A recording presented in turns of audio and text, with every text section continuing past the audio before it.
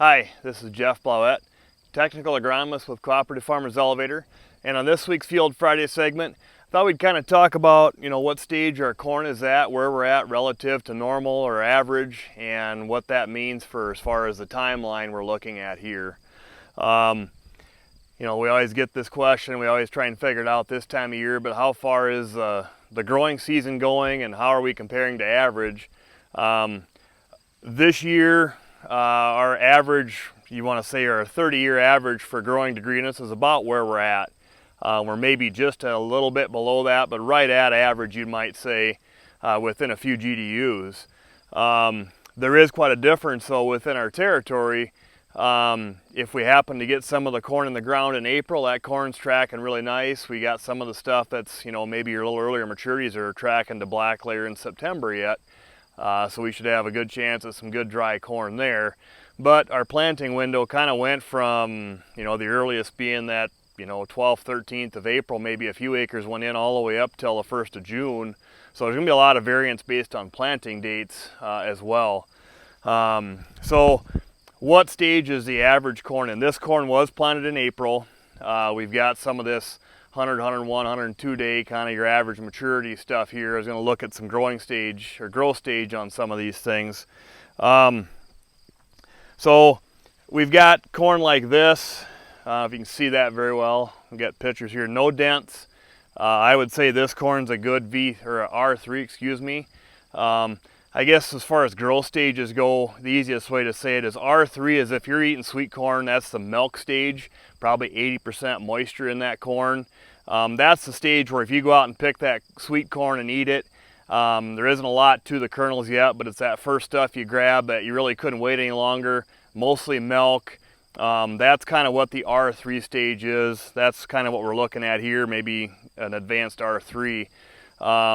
We get to R4, we start to see that progress to where we don't really have dents quite yet, but the kernels are getting closer. That'd be more of the dough stage.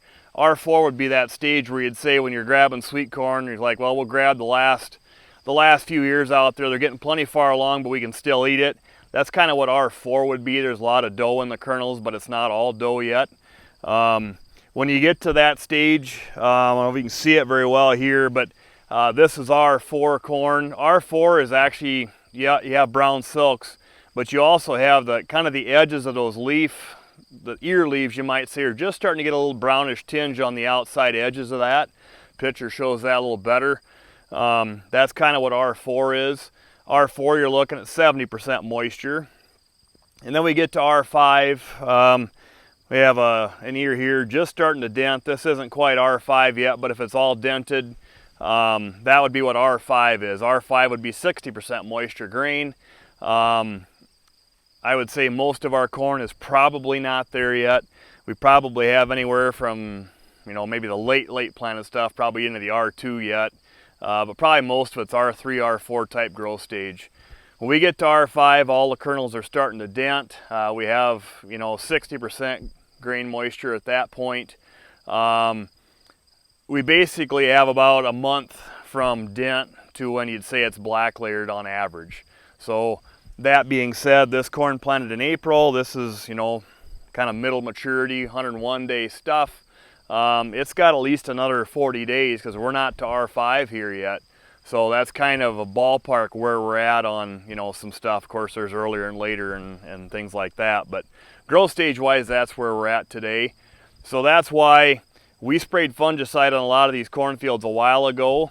It's really too late to get your best economic return on fungicides on corn, but given that this corn has got another 40-45 days to go yet, we're going to be banking on the residual, hope to keep these leaves clean from further disease development.